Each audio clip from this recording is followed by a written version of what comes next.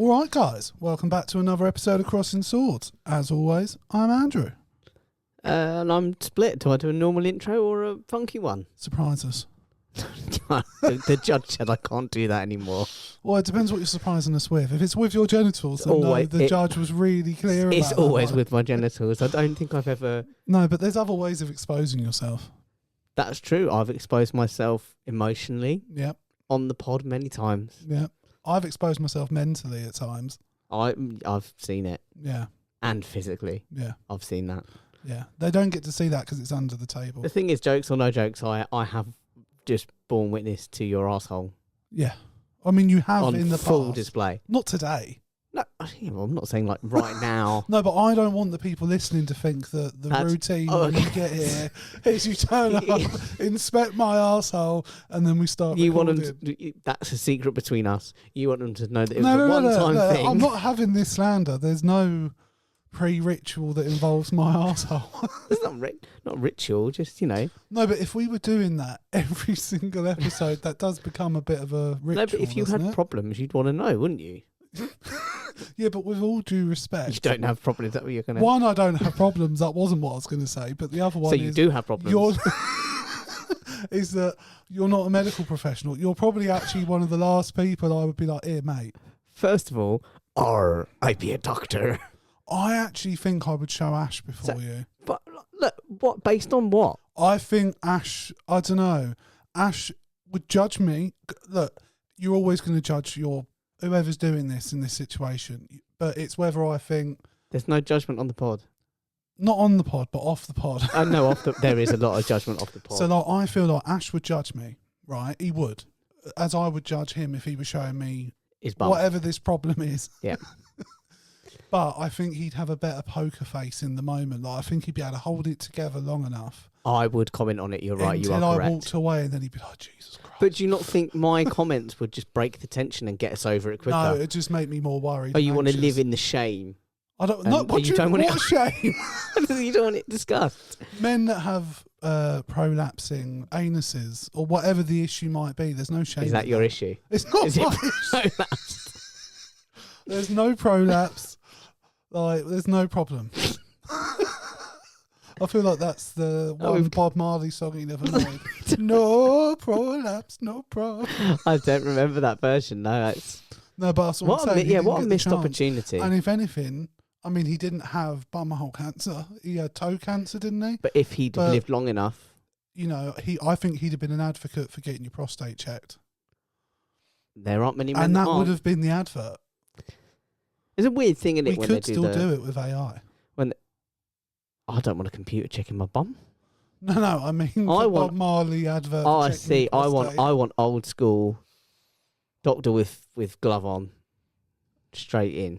Oh, specifically old.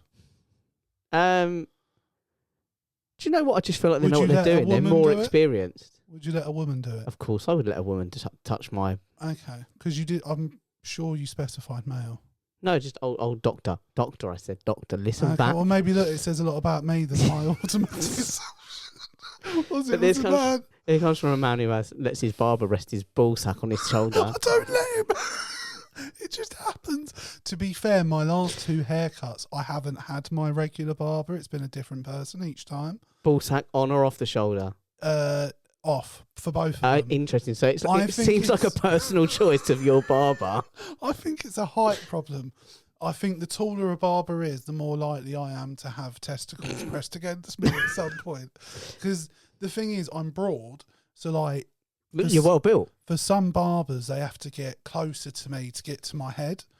And if it's a shorter guy, his balls are going to be touching the chair. They're not touching me. Right, yeah, I see. But when it's a taller barber, his balls are at shoulder height. They're on you. I mean? But then why is it's got to be a contortion. If his balls are on your shoulder and he's bending over. No, but he's just standing over me, isn't he? Because I'm on the lowest setting on the chair.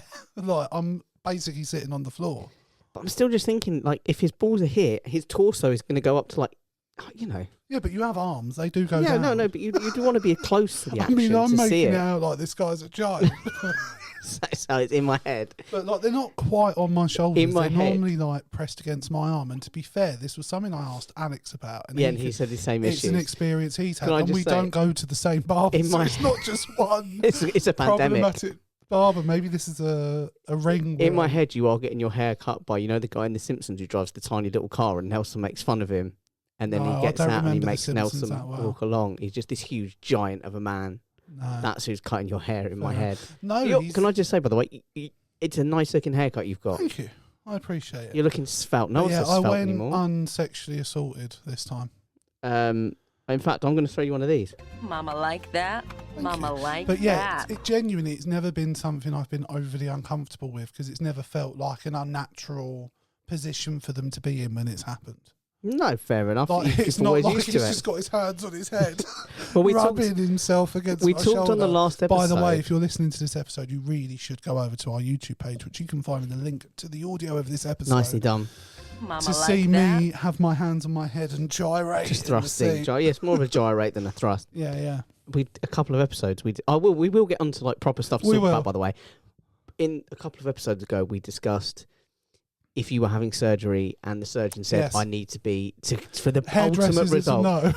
Hairdresser comes in and says, "For ultimate result, No. I need." He's not a lifesaver. No, I need relief halfway Like, through. don't get me wrong, I'm not going to demigrate Oh, because no, I good can hair see day, bad how hair you day, would you know. like to twist my words and make me out to be digging into people I'm not. How dare you? That is I slanderous. have nothing but appreciation for my barber. He's the only reason I ever look presentable is because of a barber. So I think you're selling yourself short, my man. no, You're a genuinely, good-looking man, and you've got That's to very sweet start of you, respecting but- that.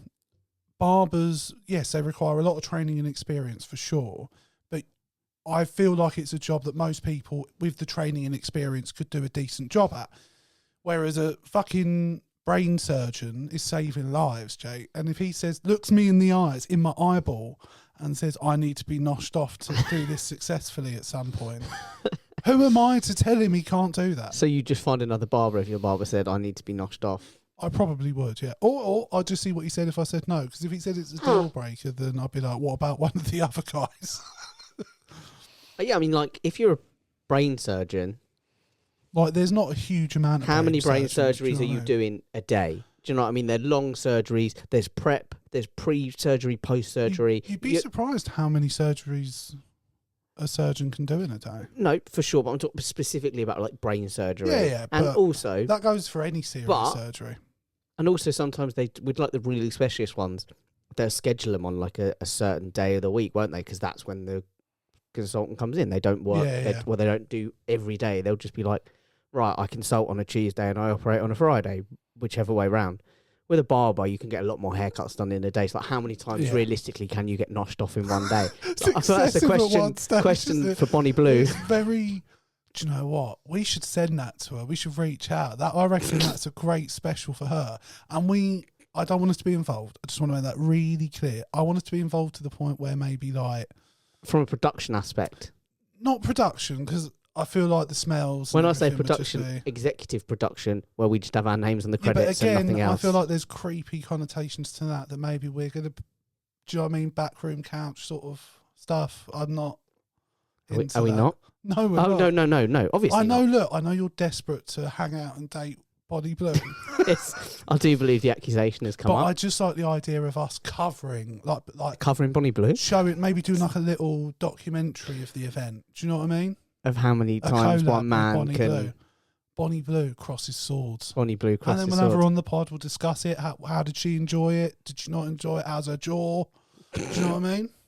I'm for it. Like, weirdly, I'm so down. Look, I think I hate to say this. I think she's out of our league. And we're going to in get... terms of We're going to... reach. First of all, please. Oh, in terms of reach. Yeah. Yeah. And then we're going to get the bloke on and just sort of say, how did you feel at the end of the day? How much... were you taking fluids on between? Were you eating between? So let's discuss the special for a second, just to get it clear. I'm thinking she's blowing more than one hairdresser. We're not just having one hairdresser. You've got to have that a gets- sample group. I think there's got to be, because normally you go into a barber's, there's 2 or 3 barbers. So I So feel you've got to like get at least 3. on a Saturday there's going to be 3, and I think she's got to go. And I suppose by the time she's worked her way down, the first one might be ready to go again. Exactly. Yeah. You're given it's rotation. And I think you've got to have an age sample as well, because there's normally an older barber and a young new barber. And I think it'd just be 24 hours in the barber shop. I feel like I'm also, the amount I'm saying barber, I'm dangerously close to singing Barbara Ann. I would have never got there. Bar, bar, bar, I know bar, what bar, Barbara bar. No, I Ann was just going to... Barbara Ann. Yeah. Who sings that? Bang on, Beach Boys. Let's keep it that way. Nope. Too late. But yeah, I can't remember what point we were making now. That you had a nice haircut, I think, was the gist of it. Yeah, it was all right. I was happy with it. He did it super quick. You know what I mean? The only thing is, I used to always pay £20 for my haircut, and that was the case when it was £14 when I first started going to the barbers I go to. You give them a 20 and you say, yeah, because I don't get my hair cut that often. I normally leave it maybe 2 or 3 months. So then I feel like I'm getting my money's worth out of it. But it also means that it can take the barber a bit longer than it would the average haircut. So I always felt like I was giving him a decent tip to make up for that. But it's now £18 a haircut. I still just give them the 20, but I now feel cheap. Can I just giving them the 20? Can I go with you on this? Because I've got such a similar experience. Go. My barber also used to be about 15 quid, 14, 15 quid. And I used to, because the thing is, like, I went through a period of going through barbers because I was like, didn't have one that I liked, that I trusted. Then I found one, not just a barber shop, like a specific barber that I trust. And like I said, not the last time, but the time before when I went in, and he was just finishing up on someone, and I had to use the other guy, and I was like, this guy's shit. Like, it's just fucking horrendous. So I'm always appreciative that this guy gets. Yourself and he knows it, and and like, you know what I mean? Guy. You sit, no, 100%, and you sit in the chair, and he knows. He's like, this is what we're going for. Yeah, this is how, he gets it. I'd always do the same. 20 quid, keep the change, don't worry about it. I'm really grateful for the work. I've never said keep the change, I'm really grateful for the work you've done. That was the undertones that were just implied. keep saying thank you awkwardly until I leave. 100%. You grab their hand and you sort of don't let go for a few minutes, make really intense eye contact. Oh no, don't touch them. But now, I think it's £19, and if anything, I look worse for leaving the pound, because it looks like I'm trying to come across as like, aren't I a good guy? And I've given you £1. In many ways, it would be better off for my image to take the £1. Am I just in my own head about that, or do you see where I'm coming from? I do get where you're coming from. It feels like a lose-lose, to be honest with you. Yeah, I just let them keep it still. You're cheap keeping it, but you also feel cheap not keeping it. It's like, if you're going to tip properly. Yeah, the way I look at it is, look, and I'm sure their costs have gone up, their rent, everything, the expense of the electrics, and they have to constantly keep electric tools charged, but since I've started going there, and to be fair, that is probably like a 10-12 year time frame now. That isn't a huge increase, but I can't afford to increase my tip. No, well, I've got and it was always method. Nice that you could just get the 20 out and you were like, yeah, I'm doing a good thing. I've got a new method. Go on. I now pay by card, so I pay the exact amount. And then what I do at Christmas, I pay for the haircut and then give them a 20. Fucking hell, Mr. Moneybags. And you're dropping a £20 tip. That covers the year. Right. So, if I add up how much I would have tipped them, ideally over the year. Because you have the same barber more or less throughout the year, but I have different people almost every time I go. Yeah, I see. And the guy that was my regular, the guy that put his balls on my shoulder, and also always made really I feel like if you're talking to a customer, you should probably be careful about what you say. But luckily I wasn't offended. But he was just like, I remember doing your first haircut, and I was like, okay. He was like, not a grey hair in sight. Thanks, mate. And I was like, okay. And he was like, and now you're covered. And most of them, his pubes. Yeah. Now this is a perfect opportunity, by the way. Go on. Because you do have to be careful what you say in front of customers and to customers and things. Oh, what have you done? Not me. Okay. Not me. We have a volunteer. He's old. And he's very right wing. Your dad? I'll describe him. I just didn't want to name him. It was my dad. He's the one who's been going around in our neighbourhood putting the flags up, isn't he? He's got to have a hobby. He's got to have a hobby. Mum told him he needs to go and get a hobby. I guess it stops him screaming at the asylum hotels. Well, that's it. You're not allowed to do that anymore. No. So it's a bit sad, really, 'cause he just sort of does the line of Charlie and He's puts the just- flag up. It's quite, Anticlimactic. it's pathetic, really. And it's at half mast, which is even worse. It's always like half mast when he taking- puts the flag up. It's like taking the flag. Viagra and only getting half mast, isn't it? How disappointed would you be? Can I just say, by the way, I went to see Busted McFly last week. Yep. And they do a bit where Matt Willis and Dougie Jones come out and they stand sort of in the crowd for a bit, and they have like a little bit of a back and forth. And at one point, Matt Willis was like, "There were so many kids around me, and there were so many things I was going to say, but now I don't feel comfortable saying them anymore." Yeah, and Dougie Jones went, "Oh, you left this in my locker, in my dressing room," and he pulled out this box. And Matt was genuinely, he was like, "What the fuck is that?" And they zoomed in, and then he just sort of laughed. He's like, "Please tell me you went and bought that Viagra just for this joke." And he was like, "Maybe." thing. And he was like, "Oh, I would have loved to have been the woman in boots when Dougie from McFly walked in and asked for a box of Viagra." Yeah. But this old boy at work, he's very right wing, and he started saying to me, not yesterday, the day before, he was like, "Oh, have you seen this story? Bloody bang on she is. She's absolutely bloody right." And I just sort of, I had seen the story, I knew where he was going, and I just kind of went, "Oh no, I don't know nothing about that." I said, "But fancy your lot playing Wolves tonight, aren't they?" And I just was like, "Right, divert," and we went on that. The story he was referring to was from a Reform MP, Sarah Pochin. I don't know how you pronounce it. I'm going to send you a clip now. Go for it. And we are going to play it and discuss it. So this is, I believe, on Talk TV. Man, I've saved may a or may not have seen lot of this. shit. If I'm honest, I've saved way more shit than I ever thought I had. I think you have seen it. I think you will have. I think you'll known it. It's very hard not to. I might not have, No, I think you have. But then mad when I see adverts full of black people, full of Asian people, full of, people that basically are anything. What's wrong other with that, than Sarah? white. What's wrong with that?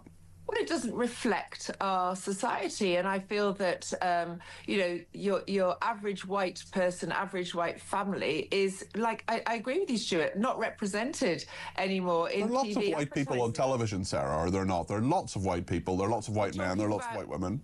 We're talking about adverts, and how many times do you look at a TV advert and you think there's not a single white person on it? And actually it is.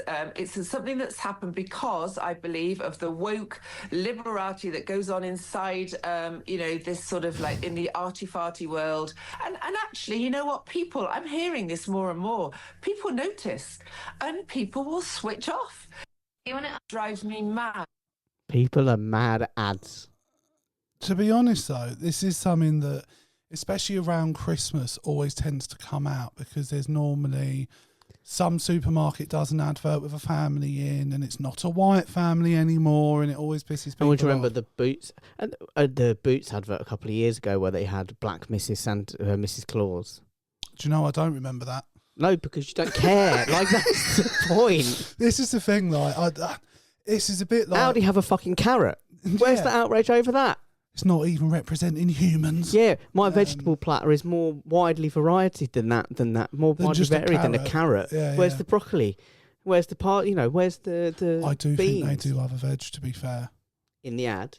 As Not animated in the ads. ad, but they do sell other veg. They sell other veg, but what I'm talking about is No, where's... but I'm not talking about real veg. I'm talking about character veg. Oh, there are other characters. I think there is. I could be wrong about that. But for me, this is like when we talked about The Acolyte, for example, where it was a female, non-white lead, and it was apparently a problem for the people watching it. For me, a good advert is a good advert regardless of who's in it. Like, I just enjoy it if it's a good advert. It doesn't matter whether it's a black person, whoever.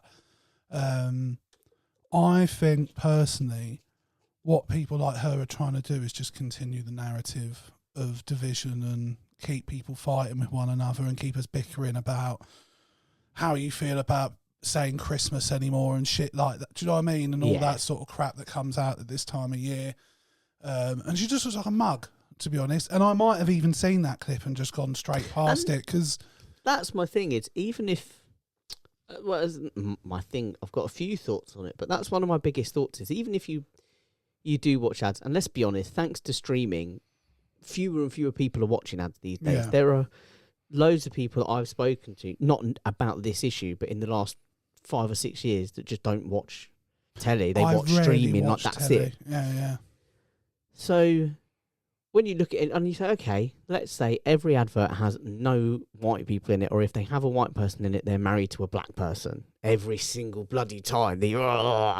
Right, okay. But then when the ads end and you go back to the main programme, it's almost certainly going to be a white person in the lead and a white person in the supporting role. Do you know what I mean? Like, it's representation matters, and we've talked about this on previous episodes, and if you go back, you can listen to any one of them, start with the later series, and then if you like us, go back and do series 1. Yeah. We grew. Both technologically and in skill. Yeah. It's just, I think the only issue with the early episodes is they're tinny. But it's just so baffling. Yeah, no, it is. It's the sound quality. Yeah. But it's not like, yeah, okay, so the ads are, no, there are no white people in the ads and it doesn't represent society. Well, okay, well, there's not many roles for... Yeah. I think the problem is we're the wrong people to ask about this, because... And then people will come on and they'll say, oh, bloody, they keep recasting roles and they keep putting loads of black people and Asian people in it. Yeah. And it's like... I'll be honest, though, I'm going to go a bit right-wing. Do it. I watched... I love The Interview with a Vampire film. Yeah. I think it's phenomenal. It is a great film. I think all the acting in it is phenomenal from everyone involved. I tried to watch, I didn't realise it had ever come out, the Netflix series. It's like a retelling of it. The first time hearing of it. 100%. And I was like, oh, okay. And it had a black guy, I believe he's the guy who plays Grey Worm in Game of Thrones, playing Brad Pitt's character. Right, okay. Whose name's escaping me. But and that didn't bother me, by the way, the fact it was a black guy. But I'm watching it and it wasn't as good. And then all of us, like, I don't know, have you ever seen the original? Yeah. And there's no inference that they're gay in that at all, is there? You'd have to, it's more implied. They are in this. But there's no like... That there might be something between them, but nothing outright explicitly. No, but in this, they were gay. Yeah, okay. And I don't know what it was. I was like, I'm not Look, feeling first it. of all, I just want to say this, and this is not related to anything. If you've lived for like a couple 100 years, you've had to have tried a bit of the other side of the coin. No, but this was early doors in their relationship. Well, fair enough then. For the guy who was playing Tom Cruise's character, Lestat, I think is the name of the character. Like, and again, he was both of them were quite good actors in it, but just it wasn't as good as the original. You're probably right on that front. That probably is a show trying to push a certain checkbox agenda. Yeah. By going, we featured different races. We featured homosexual relationships. Hey, we are ticking the fucking boxes here. But my biggest issue is it speaks to a wider issue that I've always had. If something exists that's really, really good and really well done, why touch it again? Leave it alone. You don't need to do it again. It would appear I'm in the minority. There is quite a cult following for the series, apparently. Yeah, and it's been really popular. But I think I guarantee you, it won't be all of them. But I'm gonna put my neck out on the line here with no way to prove this. I reckon 80%, and it's a big number, of the cult following of that show have not seen the film. Do you reckon? So their only version of it is that version. So they're not comparing it in their minds. I hadn't even thought of that. It's possible because a lot of young people won't have seen it. I think. And I didn't see that film until like the last 10 years, maybe. Yeah, I was comfortably into my 20s before I saw it. And I remember watching it. And for anyone who hasn't watched it, I really recommend it. And it is a fantastic film. And I remember getting about maybe halfway into the film and I suddenly went, is that fucking Tom Cruise? Do you know what I mean? Like, just all of a sudden it tweaked and I was like, that's fucking Tom Cruise. Because he's back when he was an actor. Yeah. And he was so unrecognisable. And I was like, oh, he's got... Like, completely separate thing, by the way. Yeah. Tom Cruise's early work, mid to early work, is absolutely hit after hit. Jerry Maguire, Few Good Men. Interview with a Vampire. Yeah. There's another one that's escaping my mind, and he's absolutely brilliant in it. Rain Man. That's on my list, Rain Man. But the ones where he's not just out there trying to kill himself on a weekly basis are just hit after hit, like absolute banger after banger. No, like what an absolute lift! A Few Good Men I rewatch every now and again. To be fair, do you know what my algorithm on YouTube started showing me shorts from A Few Good Men, and I've just at that point now where I'm like, oh, I could do with a rewatch. I could do with a rewatch. And the thing is, you can watch the scene of the movie. For anyone who hasn't seen it, I don't want to spoil it for you. Oh, the Jack Nicholson climactic, the moment courtroom the whole scene. film builds towards, and you can watch that and you can enjoy it. But to get that fucking come on moment, you have to have because there's a film. fantastic clip earlier on, and again, you don't think about it until you see it. But then I saw a short of it the other day, and it was like, oh fuck yeah, that was good. When Tom Cruise's character goes earlier on in the film to request some documents, and he's like, yeah, I'll give you the documents, but you got to respect me. You got to ask me nicely. You got to ask me nicely. Yeah. And use my proper. And he's like, you know, he plays the game stuff, but all that stuff builds then because there's a clear power dynamic, and this guy thinks he's untouchable. Yeah. And then obviously you kind of get towards the end. And I can't do any of the dialogue justice, but it's so well done. Yeah. Oh, 100%. And Jack Nicholson's just a generational actor as well, to be fair. 100%. But I think definitely fucked up. Yeah, man. I just... Yeah, I have a... First of all, even if you think that as well, like, I'm going to kind of not address the elephant in the room, but I'm going to play the right-wing devil's advocate, so to speak. Yeah. I hope that role defines it. I hope that definition defines the role. Even if you think that, just say it. Yeah. You don't come out. You're a fucking MP. You know you're going to be scrutinised. Don't come out and say there's too many black people on TV. Like, why would you say that? The problem is, mate, Robert Jenrick came out and said what he said about going to, was it Hatton Court, I think is the town in Birmingham? It's something like that. And he was like, I didn't see a white face while I was there. And there's no white people interacting with other... Yeah, now, and admittedly, he said that technically in private in a voice note, I believe, and it then got leaked. But we live in a society where you can say stuff like that. Stuff's going to come out. Well, and 30p Lee, I've not looked into it in detail, so we're not going to talk about it today, but has essentially turned around and said, because they're building a case, an investigation, not a case, into grooming gangs and trying to compose a report of grooming gangs in the UK. And there's been suggestions from certain people on the right, the Farage spectrum of the right, saying that there are certain cases that shouldn't be involved, and that the government are trying to clearly build a narrative. They're trying to widen the net so that it involves people of all colours, basically, when clearly it's a Pakistani problem. And there were these two women that said that they didn't feel comfortable talking about the details of the case or talking to anyone because they were like, I don't feel safe. I feel I'm going to be targeted if I say come out. And 30p Lee sort of said, well, why don't you talk to me and then I'll determine whether it can be included, kind of thing, because they were abused in quote unquote the wrong way. So they're saying things, but my point, like, don't come out and say. I know she'll say, well, it wasn't in context. Actually, I was speaking specifically about ads, and I was really more referring to the. But there's your soundbite though. There's your headline article. Yeah. What female MP says, Reform MP says there are too many black people on TV. Yeah.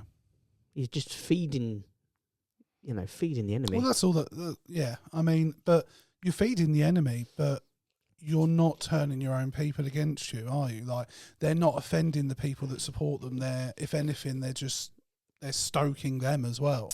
They're stoking both, and that's the thing. And then, so what happens is you end up not actually going after the person who's just said the horrific thing. You end up just arguing with the opposite side. And before long, it'll become free speech issue. Yeah. But I'm going to ask you two questions then on it before we whittle down and move on. One, do you think she was right in what she said? For me, no. Two, and I guess this doesn't matter because really it was a follow-up if you said yes to the first one, is if it was right, would it matter? Again, for me, no. Like, it's interesting. There's a clip of Denzel Washington being asked, and I'm going to get it so badly wrong, where he was asked about having a black director for a movie he did. And I think it might have been a musical maybe, but it was one about like a really working class group of black people and them all living in this one area. And I can't remember what the film was called, And the guy said Denzel said it's not about colour, it's about culture. So like a white director might know what it's like to come from a working class background, but he's not going to know what it's like to put a hot comb through black hair and the smell that it comes afterwards. And it's like, that's culture.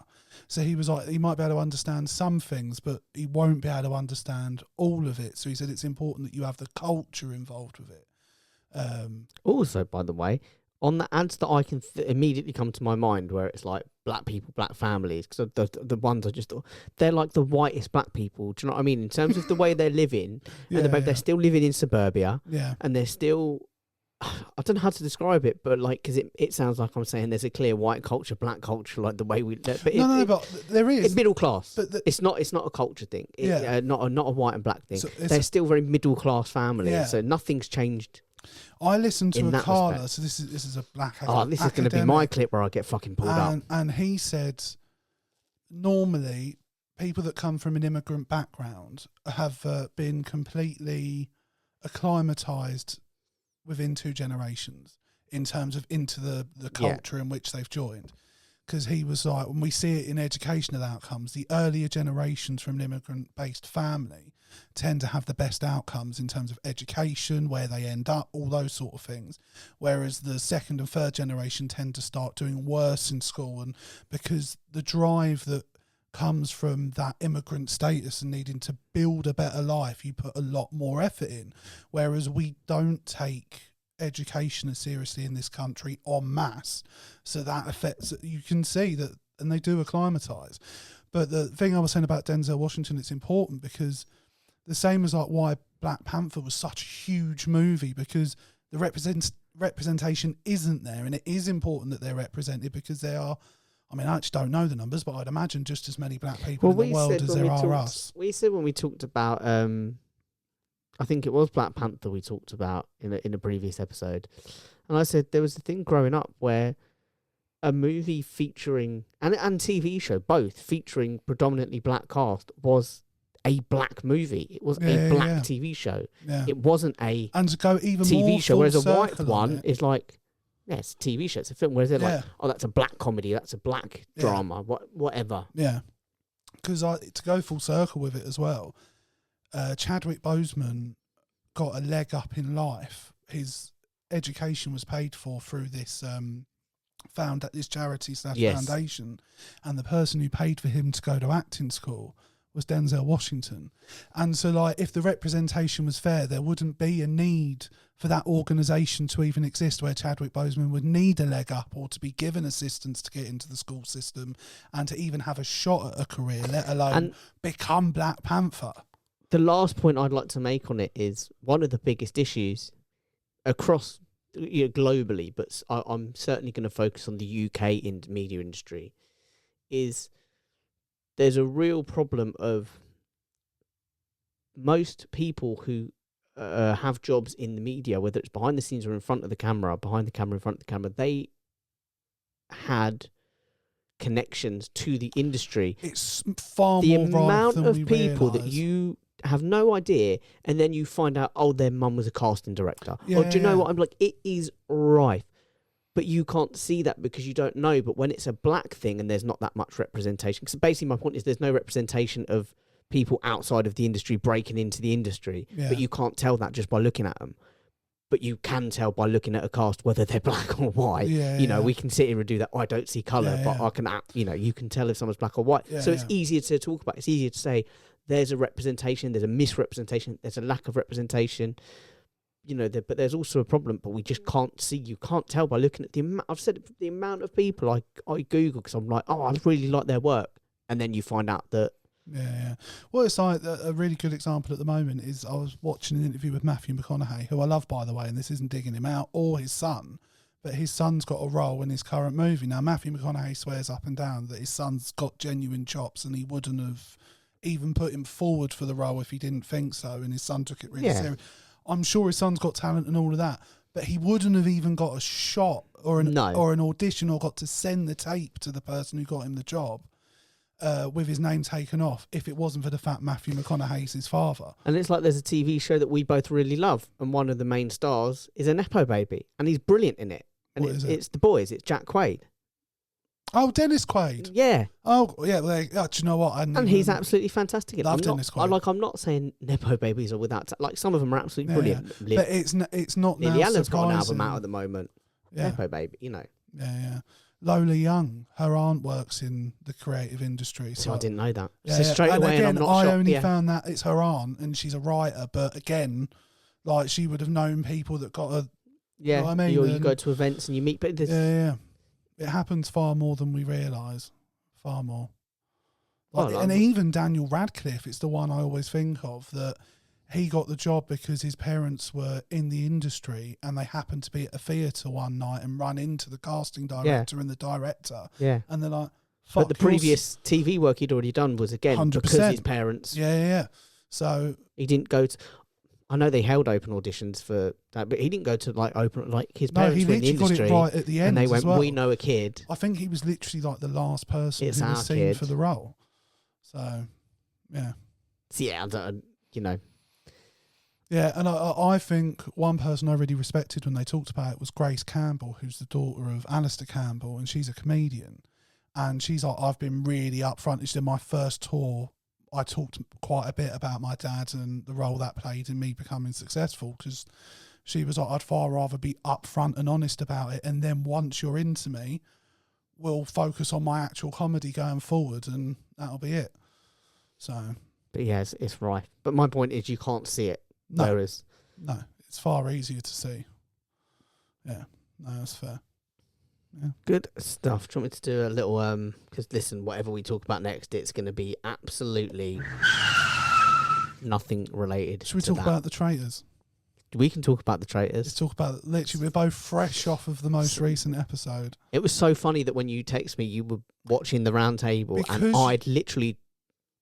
seconds. Because you didn't respond to my message, I actually thought to myself, I bet you there's a chance he's watching this at the moment. Absolutely, and you was. were. Because I know it sounds silly, last night at time of recording was Wednesday, and in my head I was like, oh cool, well the Traitors won't be on until tomorrow, so I don't need to worry about it, so we can speculate and all sorts. And then I realised this morning, fuck, it was on last night. Yeah, next week it's the final on Thursday, no Wednesday show. Which is really annoying because Palace are playing on Thursday, so I'll be there working that. So if you're listening to this, I would skip probably the second half of this episode, or at least a good 15, 20 minutes, because we'll be talking about the Traitors, and there'll probably be a lot of spoilers, and we're going to be talking about all of it, so it doesn't matter what episode you're on. Traitors. But yeah, what did you think of the last episode? It's good. It had to come. It had to. That banishment had to come. Can I just say something? How Jonathan Ross made it that this far. Like, and genuinely, even Leanne said it to me just before we came on, where she was like, literally in the last episode, Joe Marler's going, the whole episode, it's Jonathan. And like, even in the round table, it's Jonathan, and then voted for Stephen.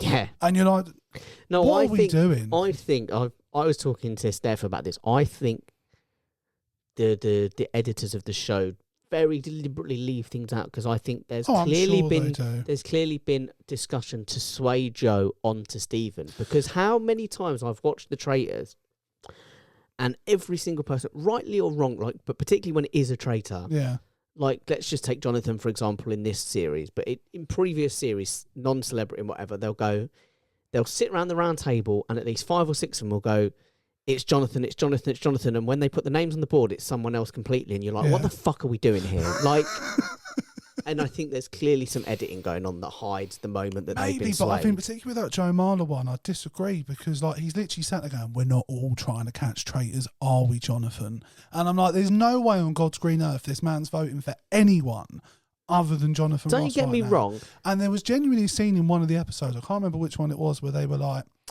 I'm 100% sure it's Jonathan, so we're going to go for this person instead, because we know Jonathan's a traitor. And it's like, what are you fucking talking about? Yeah. The second season of the Australian one is rife for that. It is the worst for it. The Australians are fucking stupid. No, I would say that, the last 3 episodes I not enjoyed, because I genuinely hated them all, because they were so fucking dumb. Because they would spend, this guy was so cocky and arrogant as well, and they would spend literally the whole episode going, It's Sam. It's definitely Sam. 100% Sam. We were all voting Sam. 100% we're voting Sam. It's definitely Sam. Get to the round table. Oh yeah, but then just the you made a comment, so I'm voting someone, and you're like, what the fuck are we doing? Like this guy is flaunting it in your face. The only issue, and you all know it. When I'm watching the Traitors, I have to remind myself every time, is they're not going on anything. Like, there is no evidence that they've got against anyone, especially in this season. There's never actually been a single thing other than Alan having to touch Paloma and the Jonathan double bluff. Is it a double bluff? And yeah, it but was again, a double that's bluff, not evidence that she's been voted out, No. because that could be anyone who's voted her out. It could be, and as you say, it could be a bluff that someone else has picked her to make it look like Jonathan. Yeah, and that's the game. But that's my point. Like, there is actually no, unless you catch someone saying something. So I love the Traitors. Yeah. And many will listen to this and go, that's quite a big issue you have with the show. For me, it's a very small issue I have with the show. Yeah. But I have one flaw in the show as a whole. Go on. And I may have said this to you before, but I'll lay it out for everyone again. The show so heavily favours the Traitors in its format that it requires intervention for a traitor not to win. Have you seen season 1? No, I haven't. So I won't ruin it, but there's a moment that one of the Traitors is dead set to win it. Like, as in, the other faithfuls are like, this person is a traitor hunter. This person is guiding us to victory. I'll put my mortgage on this. And then there's a moment where they get dobbed in it and ultimately get outed. So the faithfuls on paper win series 1, but if that major thing didn't happen, they lose. 100% the Traitors win it. Season 2. Have you seen season 2? Yeah, I'm pretty sure. That's with Linda, isn't it? No, that's season 3. Oh, so I've only seen season 3 then. Okay, so season 2. Season 2, I know Harry wins. Yeah, okay, so Harry wins. I've seen that. No intervention, Harry wins. Season 3, Charlotte would have 100% won that if Frankie didn't see her as the seer. Yeah, that's true. So without that intervention, and without the intervention in series 1, the Traitors would win every time. So are you sort of implying that you think, this is what I'm assuming you think, that the production team within the series will decide whether they throw a spanner in the works that outs the Traitors or not? And basically it's being decided by the production team ultimately, who's likely to win. In series 1, and I do recommend going back and watching that at some point, and series 2, but in series 1, it's not a production decision, it's just a contestant has an absolutely mad moment. Okay. But it needed intervention. Whereas with now, the Charlotte situation, you could argue that is more of a production. The production intervened because they decided to put that spanner in the works. Now, whether you see that as the production handing victory to the Traitors or whether you see it as them leveling the playing field, my point is, if production do nothing, then the Traitors are likely to win. The Traitors will not likely, in my opinion, will win every time. Yeah, because at least one of them won't fuck up. Well, and that sort of backs up what I'm saying in terms of there is no that's what I say. Yeah, there's no. Yeah. And the problem is, we've sat here and discussed it at length before. You end up double thinking every theory 100%. You have because you can see the other side to it. 100%. But I do feel like people leave that they're as non-logical as you can possibly be in that situation every time. It feels like, I don't know what it is about I think it might be the fact it's British politeness. I think with this celebrity season, it's been they all know each other or know of each other or have an idea of one another. And so you spend a lot of time. So there's a moment in, I think it's series 2, not a moment, like a whole crusade against one player because he's a doctor, and all the faces are like, you'd make a really good traitor. And he's like, what the fuck are you... That happened in season 3 with some psychologist woman, didn't she? She was immediately gone. I was like, why did you tell them you were a psychologist? Yeah, and this is the thing. Because all the celebrities come with a pre-established idea of who they are, and also they've all met each other, a lot of them. But even if they haven't met each other, you think you know them. Yeah. So, like, there's a lot of that. So, like, I mean, I know he's still in it at point of recording, but everyone's been gunning for David at points because they're like, he's really smart, and I think that would make him a good traitor. By the way, I've seen him once, funnily enough. Okay. I saw him filming a historical show up in down in Bath. But Stephen Fry, they've literally been like, I think he's a faithful, but then there's a point where they're like, he is really smart though, and he would make it. And stop doing that. Yeah. I know they've not got else to go Yeah, on, I guess the don't know. difficult part is, my thing about it is it's about the way I think I'd end up playing it as a faithful is, and I was thinking about this today, I think you'd have to be a bit of an enforcer to stand any chance as a faithful, and sort of not give a fuck about what, and it's high risk, by the way, because you could just rub people the wrong way and they get rid of you. But that if you feel like someone's broken your trust by, like, maybe they say something to you and then sort of behave differently from what they've just said, go, look, we've got nothing to go on in here, but what I have seen is some deceptive behaviour. This is what I've seen. Therefore, no matter what anyone else says right now, that's who I'm going for. And just try and whittle people down that way. That's the only thing I could think of. Yeah, and it is tough, and I would, I've done it at the experience. I'd love to go in there. I know I've said it to you many times. I'd love to go in there. And look, first and foremost, I want to be a traitor. Let's get that shit out of the way. I want to be a traitor. See, I did think I dead set one. I think the only reason I would like to be the traitor, particularly for us, because we're not celebrities, right? Because me and Leanne talked about the Paloma Faith Alan Carr thing, because there's all sort of rumours swirling that they've fallen out since. And I was like, well, personally, if you and your best mate, in air quotes, fall out over that, it's a game. You weren't mates to begin with, in my opinion. Because I was like, me and Jake have discussed quite honestly that we would be in two minds of basically whether to just fuck the other one over immediately just in case. So I was like, you got no choice. I now can't remember what point I was going to make. How did I start this? Because I said I'd love to be a traitor. Yeah, but that's the only reason, and also because I think you've got more of a chance of winning and sticking around to the end as a traitor, whereas a faithful, there's so many different ways you can go out. But then there's I think it is an ego thing ultimately. As a faithful, I'd love to be able to see whether I could track down a traitor, because there's also, as a faithful, I think that's why ultimately I'd want to be a traitor, because there's fewer plates to spin. You've just got to try and not get caught as a traitor. But whereas as a faithful, you've got to try and not get banished because you've made moves that make everyone suspicious or made the traitors move against you. You've got to try and not get murdered, but at the same time, you've got to try and find them, but you've got to try and find them in a way that's not too obvious that gets you murdered. You've got to that's the other thing. You've got to make sure you got the numbers, because if I gunned for you, you're a traitor. I gun for you day one or day two, and only like one other person backs me. Well, now I'm in the firing line for being murdered. Yeah, but then you could also argue it gives you protection, because if I choose to murder you, that could just get me out straight away. It could be the double block. Like there's... Yeah, but the normal people, they tend to jump on those things a lot. Like, they're just like, well, look, we just can't risk it. We don't know you from Adam. Whereas I feel like with the celebrity one, probably the reason Jonathan survived as long as he did was because, like, Celia Imrie loved him. Do you know what I mean? Like, she adored him.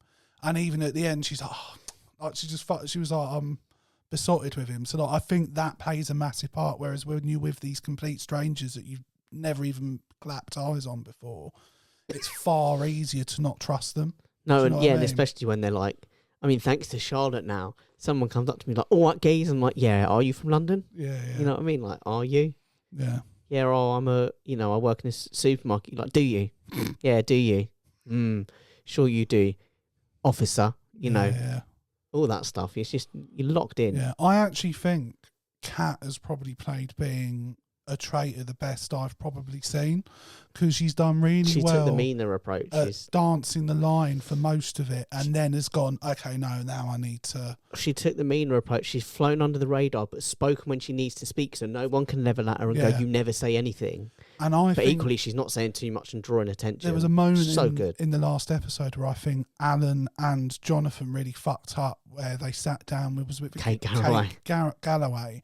And that was so good, by the way. Both gunned for the same person, and it was like, you've just given away your position. Well, I'm glad. Alan in particular made the biggest mistake out of the two of them, because I think Jonathan was gone regardless, whereas Alan's now put himself in the firing line. Well, that's what I said. I'm glad that as Jonathan even said it, it's like, glad Alan eventually did put Jonathan's name. Because if you don't, and everyone else he's a traitor. Joe, he did try turning it on Joe. The person I'm worried for next is David, because David's the only person who didn't put Jonathan's name. Yeah.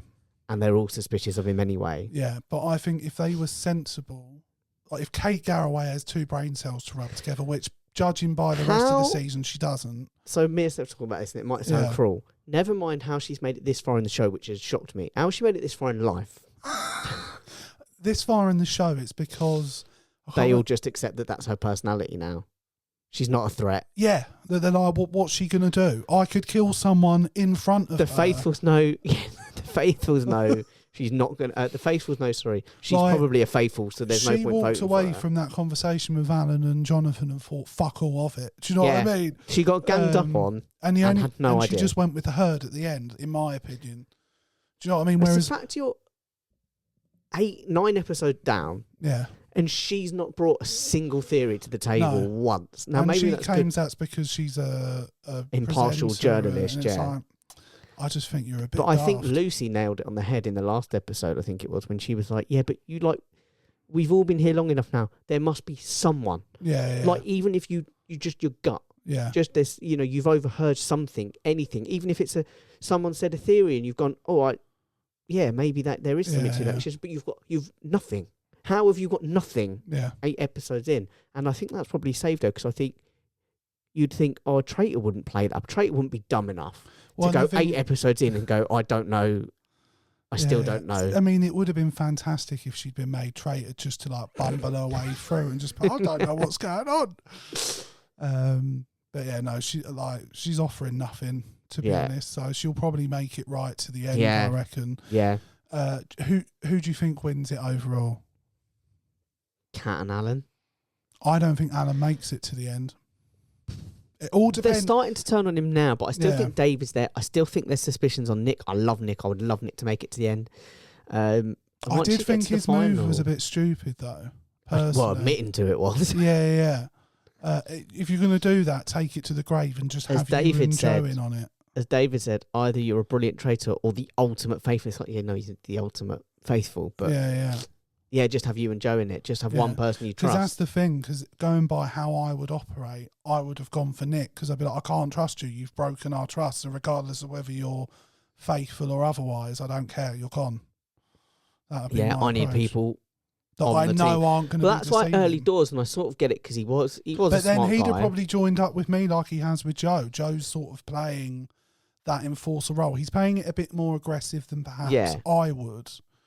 But when they got rid of Tom Daly, like, this is obviously it's different if it's for charity and stuff, but if it's me, I wouldn't have murdered Tom Daly yet, because he was fantastic in the challenges at getting money. Yeah. Whereas Claire Balding was like an actual hindrance, and I'd have been quite happy to just bin her off so that we keep winning money. Balding, if I'm being honest with you, I've heard so much stuff about her being one of the biggest bellends on the planet. Look, she may well be, but all I know is that in the challenges, twice she's actively got in the way. Whereas Tom Daly is absolutely brilliant. So again, I think stuff like that's worth getting voted off for. You're a hindrance. Well, like I said, not helping. So as a traitor, I'd have been like, murder Claire because she's stopping us winning money. Yeah. Tom will have to go eventually, but there's a bit of heat on him, and I'm happy for him to keep adding money to the pot for as long as I can get away with, until suspicions are truly on me or my fellow conspirators. Yeah. So that was my thing. Yeah. I think the traitors win, but I think it will be Kat on her own. It may well be. I think Kat's the strongest position. Because even if David goes next, I think then it turns, unless something happens in between now and then that makes people look elsewhere, they're going to go Alan next, I think, after David. Well, the thing is, Alan's personality and the way he's been getting through the game has worked fine, but as it whittles down and you've got to start turning your attention somewhere, suddenly his behaviour is no longer covered as well by his big personality and his whips and his quips. Yeah.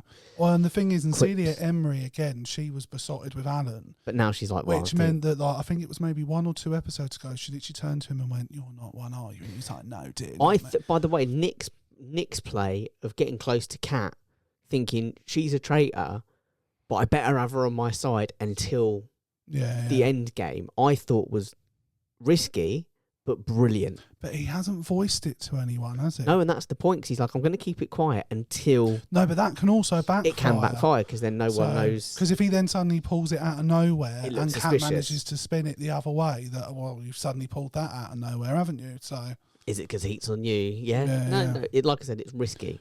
They're lucky Joe's got a shield, because I think if I was the traitors, Joe... He'd have to be next. He'd probably be next. I said, when they were doing the challenge, I was like, for me, for the faithfuls to have a chance of winning this, Joe and Nick one of them has to get the shield. So for me, I think Nick is probably the person I would get rid of next. But yeah, I would murder Nick. The way they've got to do it looks quite difficult, and also that on its own, I think that moment. Well, Steph came up with a good idea because Steph sort of expanded on something, because you know when Kat said, "Oh, why don't you say Stephen said," and Steph went, "Oh, I'd actually," because she thought of it in the moment. So I feel like if someone had said that to her, if someone had said, "Why don't you say Stephen said?" She said, "Yeah, what if you add it on?"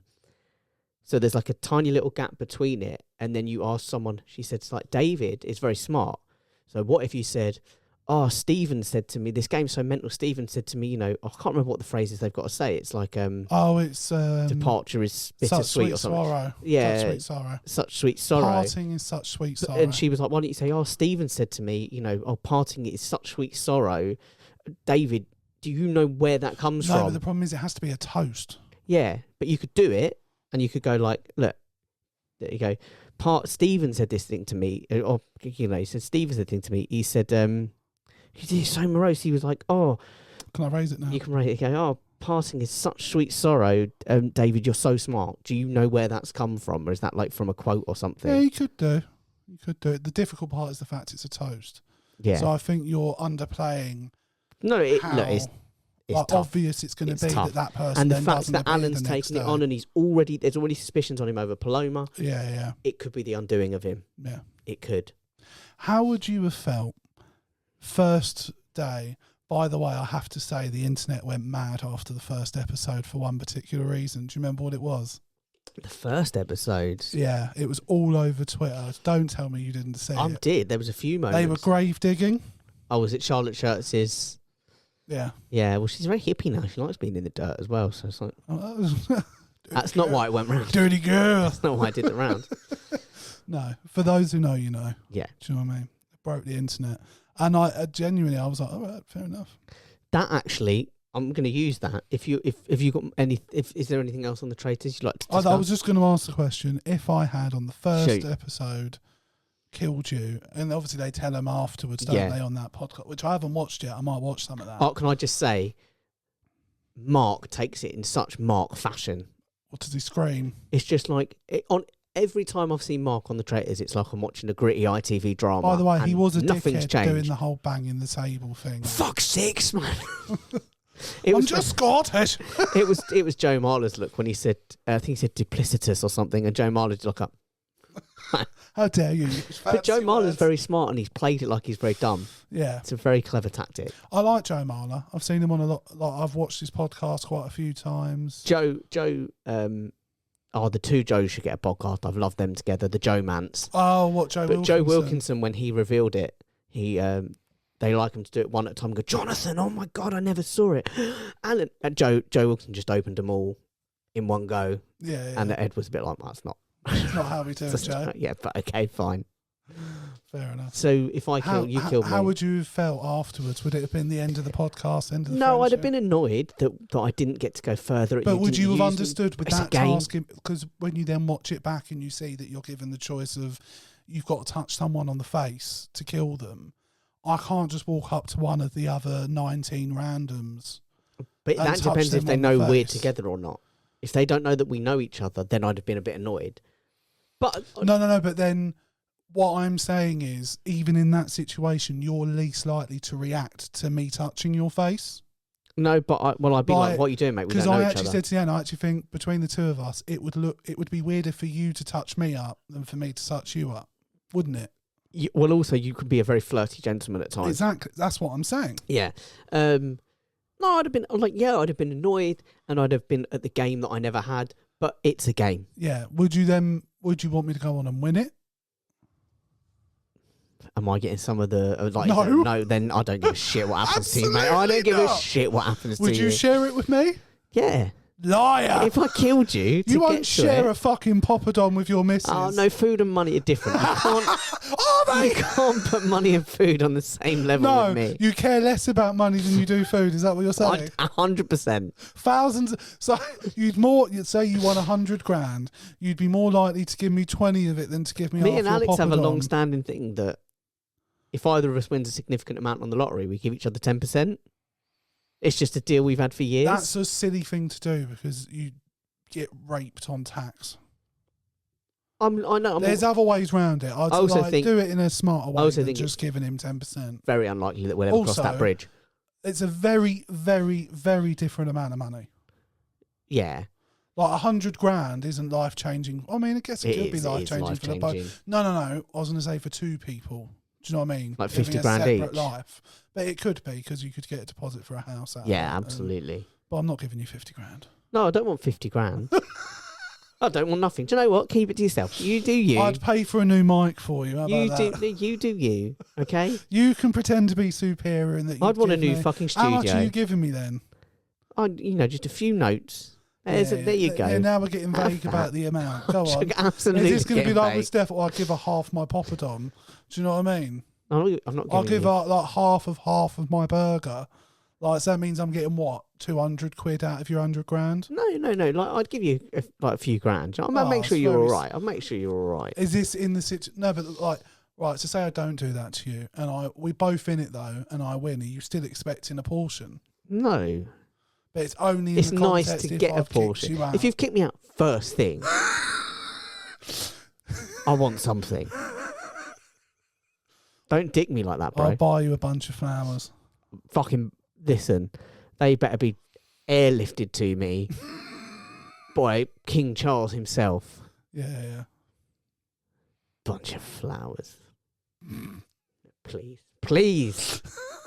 Don't insult me. Take you out to a nice dinner. Treat you right. Wine and dine you. I'll even spit before I put it in. What about dinner at the Shard? Dinner and the Shard. At the Shard. It's bigger than a Shard. So I've never actually been up the Shard. Just take that how you will. I feel like that's a trailer moment. I've never been up the Shard. Oh, I do beg your pardon. You've been up the shaft. I've been up many shafts. And down them. We've all had a life. Look, we don't judge on the pod, just off. Just off the pod. Just off the pod. How would you feel if I killed you first? I mean, yeah, I'd be pissed, but I'd understand it at the same time. It's the game. It's yeah, the game. Like that, the game. Ultimately, that's what it boils down to. Is however caught up you get in the moment. You should feel a compliment that I feel comfortable enough killing you. But it's all like you can get caught up in it as much as you want when you're in the game and in the castle. But it's a game. You didn't get much chance to get caught up. You're only there for 5 minutes. But you walk away and you go. That's the bit that would hurt. Is the fact you didn't get to enjoy it. All the effort to go to fucking Scotland. You know, you got all excited. You're hoping you're going to go the distance. And first day, I want to do a challenge. I want to do round table. Like I want to do the full thing before you kill me off. And you've not promised even made me that. The first round. Promise me that I'll at least make a round table and get to vote for someone. But I would have spent the day getting everyone to vote for you. That's fine. But just promise me I'll get to do a round table and a challenge. I think that's unless I get put in that situation. I agree. That's a nice little get out you've got, but let's go with it. If I get put in a you or me, or like we're getting no one, or I have to get you. So episode 1, Charlotte did get she was viewable while she was in the grave. Yeah. Now I just want to send you another clip to play that I'd like to discuss with you. Because I actually really like. There's been a lot of kickback on this particular clip. I actually really like it. I think there's nothing wrong with what's happening here. You have my attention. You have my curiosity. What I don't have is a strong grip on technology. That's the one thing I'm lacking. I know what you do have a strong grip on, though. And I've trained many years. Do you have a problem? No. You just want a video of people. A bit nonsense, that bit. So the context is there's someone filming a group of police officers, and there are about 4 police officers that come into view in the clip across the whole thing. It's Merseyside police, and the woman there clearly is just like saying to him, "That's a bit noncy, that mate." Yeah. Now, whilst I appreciate it's for some potentially strong language, and I actually think I want my police to have a bit of humour about them. I want them to have a bit of part of the police thing is engaging in the community. I want my police to engage in the community. I want them to be able to have a lot Also, it is a bit noncy. I agree, but not in that particular situation. I do think the police need to be part of a community, and that would require a level of human compassion and ability to have a joke and have a rapport and get to know people and show a human side. But I feel like, I mean, I don't know the context of where that was or what was going on, but it looked like it was quite a big event, or that shit was going down and, you know, the police are on alert to whatever's going on. I feel like you need to be a bit more serious in that situation. And like, look, yeah, maybe his behaviour was a bit noncy. Also, but you're there to protect and serve everyone, and calling someone a nonce while you're on duty isn't really doing that, is it? No, if you act like a nonce. Well, was he noshing off a child? I think that might take it a step too far. I don't think the police would make a comment if they saw a man noshing off a child. I feel like that's a bit noncy, mate. That's a bit noncy, that, mate. If anything, at that point, she's being a bit too nonchalant. If anything, she's not taking her job enough. seriously. Yeah. I would accept the accusations. But no, like, been a lot of backlash. People trying to get her to lose her job and stuff. I don't think she should lose her job. I think that's certainly going be disciplined. too far. But I perhaps would should she be disciplined? Not disciplined. I'd maybe say she needs to be spoken to about perhaps her conduct whilst on duty. Because if she called someone a cunt, that wouldn't be okay. No. So and for me, and not like, I know in Britain, especially amongst men, we call a lot of things noncy, and like Jeremy Vine gets called a bike nonce, but that's not a positive thing he's being called. It's quite like, and an actual nonce is quite a serious accusation. Yeah. So to call a random member of the public a nonce. Oh no, just for clarity, and I'm going to be that pedant. What, a bit noncy? She didn't call him a nonce. She suggested the behaviour was a bit nonce adjacent. No, she's saying that's behaviour that a nonce would exhibit. It's yeah. So she's by extension she's not calling saying him you're a nonce, behaving though. like someone who's a nonce. Just saying that's a bit dodgy, that behaviour there. You might want to rethink it. I don't know. She could. There's so many other ways she could have handled that. Personally. Also, look, I do think I'm not against police being filmed when things are happening. But when nothing's happening, look, I think filming the police is just weird behaviour. It's clickbaity. It's content farming. There's if that bloke is the vibe I'm getting, he's a bit like that cycling Mike for me. Like, I think that bloke's a dickhead. I think he's actually providing a service that the police should be doing a better job at, which is policing people and bad behaviour on the road.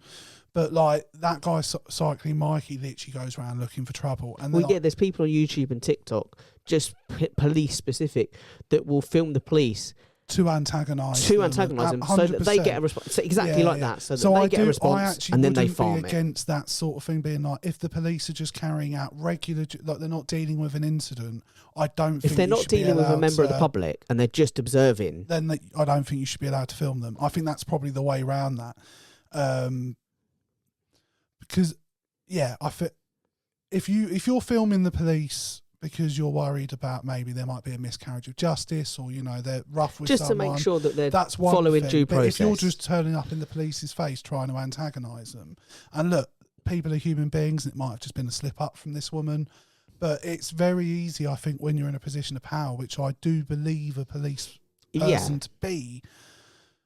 There is, as much as I think they need to be human, there is also a level of seriousness that I expect from a policeman or police person. I don't know what they go by now. But yeah, so as funny as the clip is, because it is funny, I do also think she should be held to a higher standard. Yeah, and like I said, I don't think she'd necessarily be punished. Maybe some, at most, retraining. Do you know what I mean? I can see now like a sketch show almost, where a police officer is sat in a room. Camera. Where a police officer sat in the training room. What do we say to him? And they're going, now, you can't use the word nonce. Here are some alternatives that won't get you in trouble. Absolutely. Twat. Absolutely acceptable in the UK. Yeah. You can call a member of the public a twat. Yeah. And the thing is, I don't know why I've chosen that accent. As laughable as that situation is, and it would be to have to sit through it, I would argue, as a police officer, she should have known better than to say something that stupid to a member of the public who's holding a camera in her face. So I think perhaps the punishment is being treated like a child slightly, to be told that that behaviour is not okay. I do think, and I do feel for police officers, and not just them. Like, it feels like we're living in a time where so many people are trying to content farm. Yeah. Like, they're literally trying to prank, aggravate, whatever, to try and get a clip that they can put together, put online and get views and ultimately get paid for it. Yeah, yeah. like there's so many situations where you see people in shops and bars, where you see people sometimes just out on the street just getting members of the public to try and humiliate them or try and get them to slip up or something. Yeah. And police officers are definitely one that get filmed so much because it's legal to film them, because it's fine to film them. Genuinely watch any TV show that, like, there's one based in Brighton of like the police being followed around and doing their job, and they're just having to deal with drunk dickheads constantly and having to maintain a level of civility that I wouldn't be capable of. So I know what I'm asking for isn't an easy thing. No, but if you and sign up to it, it's not always possible. I appreciate that people are going to slip up, but yeah, like, at the same time, if someone gets comfortable behaving like that as a police officer, like, I'm not saying that woman goes on to do worse things, but the more that's not like the culture we hear about within the police force in terms of the laddish behaviour and all these sort of things, you can only combat that by expecting a higher standard. But that also requires, in the context of a bigger thing, as I feel like we're sort of saying, a level of respect and treatment from the general public that reflects the importance of their position in our society as well. But listen, it got way deeper and more serious than I expected to review in a book. When you sent it to me, I was like, we're going to have very different takes on this. Oh, I like it. So I like it. Yeah. I've only got one more thing that I think we do need to discuss at some point, even if we just briefly touch it, is the situation in Epping and Chelmsford. Go on. Where Hadesh Kibatu, the chap who was arrested, do you remember the Epping riots? Yeah. The hotel. And it was because he was staying in that hotel and he was arrested for sexual assault of a woman and a teenage girl, I do believe. And he was given a custodial sentence. He's now going to be deported. He's been deported, I believe. Well, due to a clerical error, he was accidentally released from prison. That's the thing, he didn't escape. No. The police didn't let him go. The computer system came up and said, this bloke is a free man. And according to reports, he actually loitered around the prison for quite a while because he was like, are you sure about this? Yeah, this doesn't line up with anything that I know and have been told. And they sort of, again, I'm putting words into their mouths here just to be clear, but for want of a better phrasing, they essentially told him, bugger off. Yeah. They'd like, look, you're free, don't hang around Fuck here off. wasting our time, get lost. Yeah. And then they launched a manhunt, and this bloke was just completely unaware that there was a manhunt for him. He's just gone about his everyday life. Yeah. How? And apparently, by the way, in 2023, I looked into it, in 2023, there was another incident in Chelmsford again, where a clerical error led to a prisoner being wrongly released. Yeah. What do you make of the whole story? What worries me about it is you say it's a technical error, and I'm sure it was. I'm sure, like, the thing or clerical or something. Yes. Yeah, but to my knowledge, usually when you work in a prison, you're quite aware of who's who, how long they're in. Certainly a high-profile check, given that his case was so public. So it's hard to believe that none of the people working in that prison that came across this situation were like, are you sure? Well, equally, I'll put it to you this as, again, just playing devil's advocate, he is very well known to them, I would imagine, as being quite a politicised case. So maybe you see the release files, maybe you think, well, do you know what, someone in the government is trying to score political points by releasing him. So you just go, do you know what, yeah, fine, okay, then whatever, that's above my pay grade. I'd like to think personally, if I was in that situation and I was aware of the person's case and how long they were meant to be serving, I'd make a phone call to someone being like, you know, I've just had this come across my desk, is that right? And then if I then get the explanation, yeah, well, so-and-so's waived his time in prison, he's now allowed out. Equally, you so get the answer, he is very well known, and that's sort of part of what we're saying hinders on. But, you know, there's like hundreds of people in any given prison, so realistically you probably become quite blasé to who they are and what they've done. Maybe that's clearly an issue of maybe they need to introduce a new way of working, that when they get release orders that there's some sort of verification system that they can double check that this is legit and they're allowed to leave. Yeah. But what's even more interesting, he said he loitered around the place and was like, you know, why am I being let go? No one called that up and didn't said, flag anything either. Like, let me double check that you are free to go. But then again, do prisoners get released, and if they have nowhere to go, do they do loiter hang around? around? Maybe it's common. That's the thing, we don't know. So yeah, like it sounds incredibly concerning, but I don't think it's a conspiracy or anything particularly nefarious going on. It sounds like just a huge amount of incompetence. It's a very big deal, and I appreciate that, and I don't want to be seen as belittling it or taken away from it, because, you know, he's accused of some very serious crimes. Yeah. Not accused, sorry, convicted of some very serious crimes. But it's quite farcical and nonsensical, isn't it? They accidentally let him go, and it's not like he runs off like he's like, my chance. He sort of actually hangs around. He's like, are you sure? Are you sure? Like, I'm just going to wait here just in case. Do you know, like, and we still send him off into the world. And then suddenly it flags, and then we're like, we got to hunt him down. It's like, hunt him down. He's just loitering around. He was here. Do you know what I mean? He's just standing in the bakery, just deciding what sausage roll he wants. Yeah. I don't. No, it's mental. It's a mad story. Yeah, and I just feel for whoever the victim is that they had to hear that he was walking the streets again. Actually, I should clarify as well. The person who got released in 2023 wasn't an administrative error, so to speak. He was a con man who'd managed to set up emails to be sent saying he could be released. Yeah. And they fell for it. Again, if there was a verification process in place, you would absolutely feel like that would be caught. You get the email, you go, it's been released, you go, oh, blimey, yeah, well done, mate. Ring, hello, is it true that, John Smith is due to be released? No. Oh, I just got an email here. I'm so sorry, John. I'm just going to have to ask you to wait while we double check what's gone on here.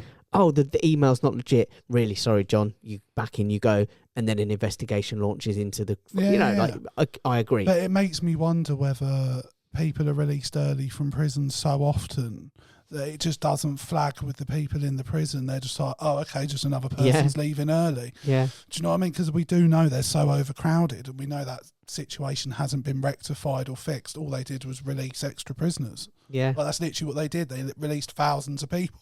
So maybe they're just like, cool, it's just another one. Yeah, maybe that's all. See you later, Gary. Just feels like there should be more. Yeah, more. It feels like there should be, but Keir Starmer's Britain, isn't it? Keir Starmer's bloody Britain. And I think that's where we'll end it. I agree. Guys, we'll see you next week. Do you know what? We're not even going to bother doing the socials. We're just not going to do them. No, you know where to find us. Yeah. The link. It's all in the bottom. It's literally there. Just fucking do something, yeah? Like a video, share it, send it to someone you love. Follow us on everything. Instagram, TikTok, YouTube, just everything. Yeah. Do it, you slags. You slags.